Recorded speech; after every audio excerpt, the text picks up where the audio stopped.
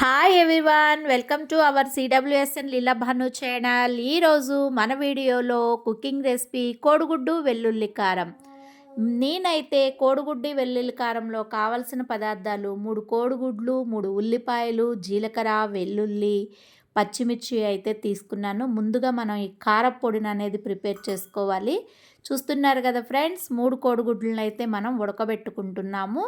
అలాగే మనం జీలకర్ర, వెల్లుల్లి, ఉప్పు అయితే మిక్సీ పట్టుకుని మనం తగినంత కారపొడిని కూడా వేసుకుని మనమైతే వెల్లుల్లి కారం అయితే ప్రిపేర్ చేసుకోవాలి. ఈ కూర పేరే కోడిగుడ్డు వెల్లుల్లి కారం. ఈ కారం కనుక మీరు ఒక్కసారి కోడిగుడ్డు కర్రీలో కనుక వేసి చూడండి, తింటే వదిలిపెట్టలేనంత టేస్ట్ అయితే వస్తుంది కోడిగుడ్డు వెల్లుల్లి కారంలో. నేనైతే కూరకు సరిపడినంత ఆయిల్ని అయితే తీసుకున్నాను. ఉడకబెట్టిన 3 గుడ్లని గంటలు పెట్టుకుని అయితే నేను ఫ్రై అయితే చేశాను. తరువాత ఫ్రై చేసిన గుడ్లను తీసిన తర్వాత తాలింపు దినుసులు, కరివేపాకు అయితే వేసుకున్నాను. గుడ్డుకు 1 ఉల్లిపాయ చొప్పున 3 కోడిగుడ్లకి 3 చిన్న ఉల్లిపాయలను అయితే కోసుకున్నాను. అలాగే 4 పచ్చిమిర్చి చీలికలను కూడా కోసుకుని మనం ఆయిల్లో ఉల్లిపాయ, పచ్చిమిర్చి మనం సన్నని మంట మీద అయితే ఫ్రై చేసుకోవాలి. ఉల్లిపాయని సన్నని మంట మీద వేయించుకునేటప్పుడు మనమైతే 1 అర స్పూను పసుపును కూడా వేసుకోవాలి. ఉప్పు వేయవలసిన పని లేదు, ఎందుకంటే జీలకర్ర వెల్లుల్లిలోనే మనం ఉప్పునైతే యాడ్ చేసుకున్నాము. మనం ఉల్లిపాయ, పచ్చిమిర్చి బాగా వేయించుకోవాలి.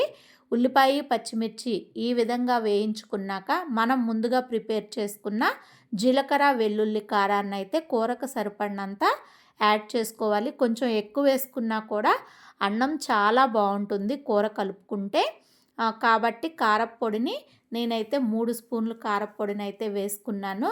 కారప్పొడిని వేసినాక కొంచెం సేపు ఆయిల్లో ఫ్రై చేసుకుని మనమైతే ఈ విధంగా నేను చూపించే విధంగా మీరు ఒక్కసారి ట్రై చేసి చూడండి. ఎంతో కమ్మని రుచికరమైన మన కోడిగుడ్డు వెల్లుల్లి కారం అయితే వస్తుంది. మీరు కూడా ఒక్కసారి ట్రై చేస్తే ఈ కూర యొక్క టేస్ట్ని తెలుస్తుంది.